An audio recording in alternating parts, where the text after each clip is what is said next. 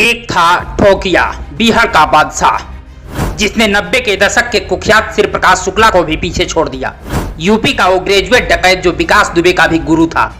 6 minute में 6 STF commando को भी ढेर कर दिया था। सीएम मायावती ने कहा उसे पकड़ो, डीजीपी ने कहा सॉरी मैम, यह संभव नहीं लगता। ठोकिया हमसे भी 3 कदम आगे है। घर वालों ने सोचा था बेटा डॉक्टर बनेगा, लेकिन वो बन गया बिहार का खूंखार डकैत। वो घर में घुस कर मारता, एसटीएफ जैसे ट्रेंड फोर्स पर हमला करता और फिर खुलेआम ऐलान करता कि मैंने ठोक दिया। तभी से उसे ठोकिया कहा जाने लगा। दहशत इतनी थी कि पुलिस के मुखिया यानी डीजीपी भी उस समय ठोकिया को सबसे शातिर व खूंखार मानते थे। विकास दुबे ने जो कानपुर के बिगरू में किया था, उससे भी बड़ा कांड ठोकिया ने 2007 में कर दिया, जिससे लखनऊ व दिल्ली तक की सरकारें व अधिकारी तक हिल गए थे। तत्कालीन मुख्यमंत्री मायावती ने डीजीपी विक्रम सिंह को खूंखार डकैत को पकड़ने का निर्देश दिया। तब डीजीपी का जवाब सुनकर सब हैरान हो गए थे। डीजीपी ने प्रेस कॉन्फ्रेंस करके कहा था कि ठोकिया को पकड़ना मुश्किल ही नहीं नामुमकिन है। वो 36 साल का शातिर जवान डाकू है। टेक्निकल इतना कि सर्विलांस से बचने के लिए फोन तक का इस्तेमाल नहीं करता। लगातार कोशिश के बाद भी वह गिरफ्त में नहीं आ रहा था। 60 साल की ददुआ को जिस टीम ने मार गिराया, लेकिन उसे मारना हमारा मुश्किल है, क्योंकि ददुआ अनपढ़ था और ठोकिया ग्रेजुएट है और उसका दिमाग शातिर है।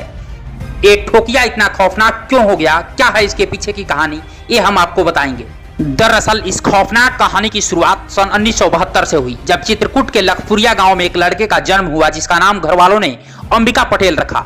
30 साल की उम्र तक अंबिका गांव में घूम घूम कर कंपाउंडरी करता था। तभी अचानक एक दिन उसकी बहन ने आकर कहा कि भैया मैं गांव के ही एक लड़के से प्यार करती हूँ, लेकिन वो शादी करने से मना कर रहा है। जिसने घरवालों को बताया, मामला पंचायत में पहुंचा। पंचायत ने ठोकिया और इसकी बहन को भरी सभा में अपमानित किया। लड़के के चाचा ओमनाथ ने देख लेने की धमकी भी दे डाली।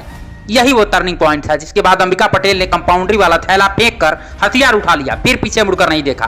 पहले उसने लड़के को मारा, फिर उसके चाचा ओमनाथ को मारा।